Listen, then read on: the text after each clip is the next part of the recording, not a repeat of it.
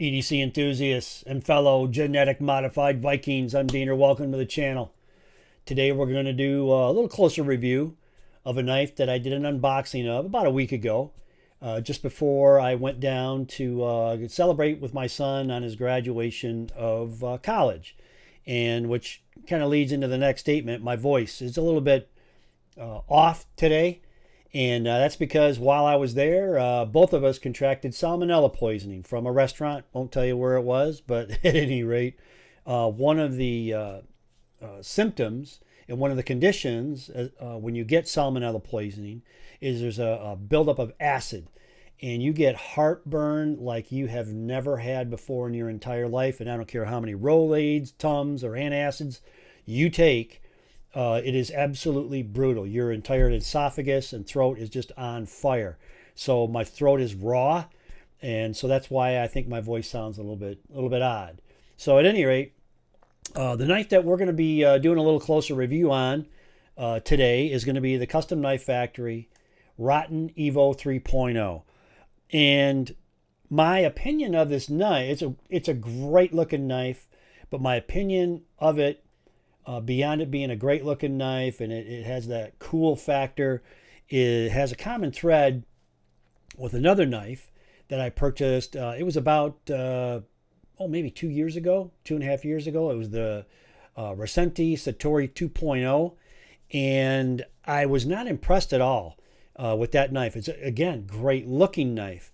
But the fit and the finish was not that good. In fact, I sent it back. I paid, I think, $600 for the thing. And I sent it back because about 50% of the time, you couldn't get the lock bar to lock up on it. And of course, they send you extra parts to modify the knife and swap them out. But I thought for $600, this thing needs to come out of the factory locking up 100% of the time, or at least 99.999% of the time. I didn't think it was realistic for me to have to play with it to get the thing to work right. So I sent it back. And I'm experiencing a little bit of that with this knife. And we'll get into it here in a minute. I'm going to switch to top-down mode, and we'll continue on from there. All right. So now, here's the knife. It comes with some additional hardware here, and we'll get into that when we a little bit more through the video here. But here is the knife, and I think you'll agree it is an absolutely phenomenal looking knife. I have no complaints on the aesthetics, the design. This brushed blackened titanium is phenomenal. In here, and now we're going to get in the brushed, hand brushed, or not hand brushed, but hand rubbed satin finish on the blade is phenomenal. But if you notice, see how bad the centering is on here? But watch this. I can move it with my thumb. And which that should not be. Coming right from the factory, that should not be. And then if you notice, and it's kind of hard to see, look at the lineup of the jimping here on the front of the knife. This is higher on this side. That is, the frame is this way further than this other side, just slightly. But the key thing, if you notice, is the plane on the inside frame surface, comparing this side with this side. It's a little bit off. The angle of this surface is tilted further this way than the angle of the surface on this side of the blade. Slightly. It's just so slightly, and that might be the reason why this thing is off. I don't know. And I'll do some I'm going to play around with it a little bit. But as you can see, that's not really acceptable. So other than that, I'm happy with the overall design of the knife. I just think that is that just shouldn't be. For $730, this thing needs to come out of the factory completely lined, tightened down, and ready to roll. So, but let's just get into the overall design, and then we'll move into the swapping of the pocket clip. I've got a pocket clip. It is a black ZircuTi pocket clip. We'll pull it out here in a minute. But we're going to swap that out. Now, one of the other, and this is an aesthetic complaint I have, is the pivot collar. It is the same material as the pocket clip that I'm going to be swapping out. However, it's so small. I mean, that's, I don't know, maybe 2 millimeters, 3 millimeters at the most. Not even 2 millimeters. So you really can't appreciate what's going on with that pivot collar. So it would have been nice if they had changed the screw to just being a little bit smaller and make that a little bit more pronounced so you can appreciate the color and the texture and all that has to offer. So we're going to be swapping that out here and in the next part of the video. So one of the other things I want to mention, and I had a chance to look a little bit closer, is it's a heavy knife. And they did do some relief, weight relief, milling on the inside, and it's not as dramatic as what it could have been, and that's because the scales are contoured. So when you have the contoured scales, as it gets closer to the edge, they can only do a certain amount of milling from the inside working upwards, and then it gets a little bit thin as it gets closer to the edge. So they did do some weight relief, but it's not super significant. It's still kind of a hefty boy. So that's that part of it. The other part, as it relates to the knife, is the lock bar access. Now it's great, as you can see, it's milled out a little bit on this side so you can get to it, but where it'll get you, and you have to watch it when you're doing this, if you just arbitrarily pick this thing straight up vertical and let that thing drop to get where your finger has to be to let it drop, that's what happens. And it will dig right there. If you have your finger a little bit twisted a little bit differently, it will get you right in the soft part of the tissue of your thumb right there. So it's kind of a calculated thing in that you put your thumb in to the tine of the blade, and it's quick, as you can see. It goes from it being controlled to it guillotine coming right down on your thumb. So you got to kind of watch that. You don't want to just hold it up and let that thing fly and let it hit, because I've already got a nick on my nail there where I've done this thing several times. So you really want to kind of do a controlled closing of that. So that's one other thing there. And then after that, it's a great closing knife. It's an enjoyable knife to watch close. But I'm going to tighten that up. I'm going to try and straighten this out and tighten that up. It's not going to probably going to be less drop shutty. But so anyway, that is the critiques, at least at this point. So we're going to go. I'm going to get the equipment that I need to do the swap out. But prior to that, I just want to go over real quick the additional hardware that they send in with this. And it's pretty decent. It looks like a complete hardware set, including extra bearings. You've got the pivot, the standoffs. You've got additional screws, everything there. It pretty much is right there. It looks like a whole double set of everything. And the bearings are kind of unique. And if you look at this, these are caged ceramic bearings, multi-roll. But I've not seen bearings like this. This is 9 sets of 3 bearings. So there's 27 ceramic bearings there. And I went online to the Skiff Bearings website, and I looked at the replacement equivalent for these bearings. And it is an 18 ball ceramic ball caged bearing, where these have 27. So now the outside bearings, as you can see, they run in the same race as the ones next to it there, and then you've got another row 9 going around towards closer to the center of the pivot.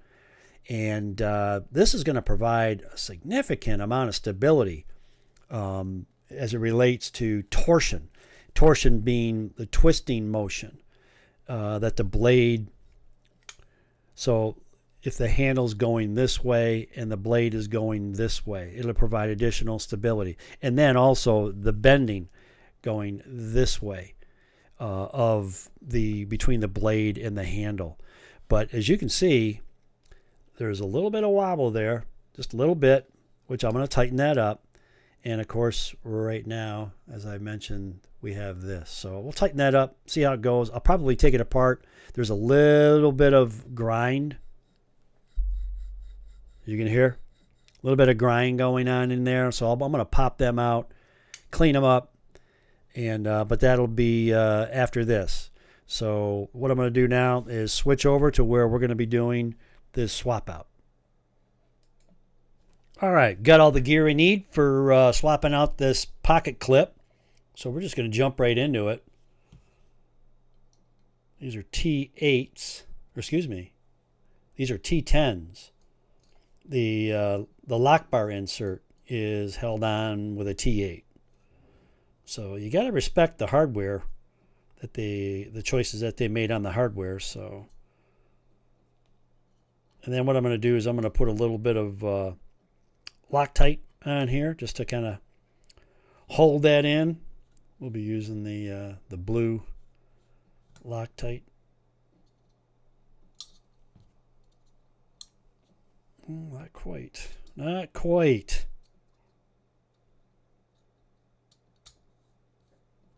There we go.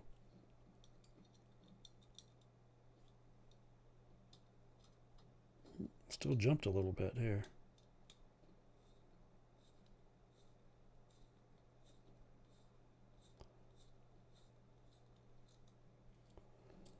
All right. Long screws on the back side. All right. So there is the ZircuTi pocket clip. That is absolutely beautiful, as you can see. Phenomenal. Absolutely friggin' beautiful. These sold for $67 on the website, and they go quick, and they limit the amount that you can buy. You're limited to 1 per household, and I ended up actually buying this prior to getting the knife. And these sell as high, no lie, they sell as high as $200 on the secondary. So, yeah, that's going to look great. All right, here we go. Going to get that sucker on there.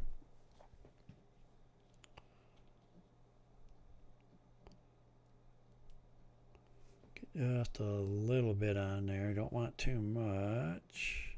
Just a little. There we go. Wipe the rest of that off.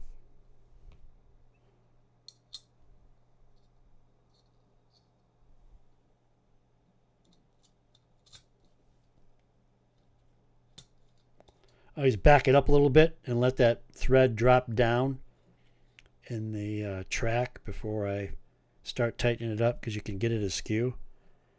And then you got potential problems.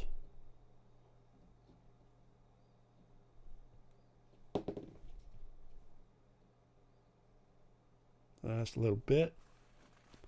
Get the rest of that off. They're completely down in there. There we go. Hear the tick. Click, rather.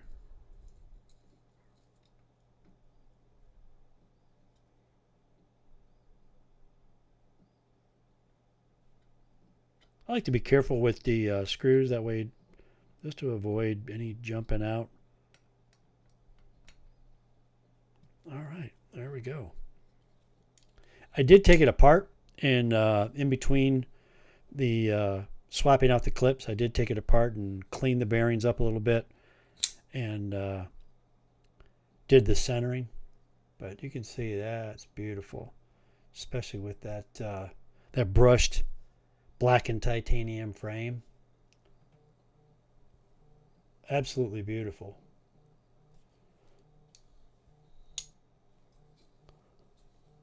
There we go. But as you can see, it's not, there's there's not much there to really appreciate on that pivot collar. Very little. Of course, now it jumps out at you, but they should have done a little better job there. I think they could have changed that screw, made it a little bit smaller. It wouldn't have made that much difference because you got the collar underneath that screw. But and then just increase the size of that just a little bit. But it really does dress up the lock bar side anyway. So there you go. I think as you agree, kind of looking at it like that, dramatic improvement.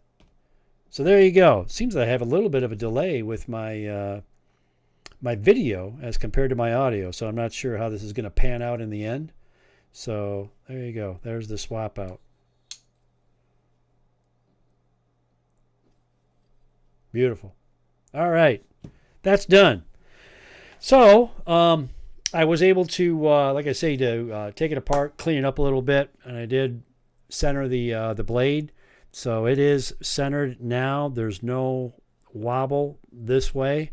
I ended up replacing one of the washers on one side because it looked like it was wore abnormally, and it wasn't very flat.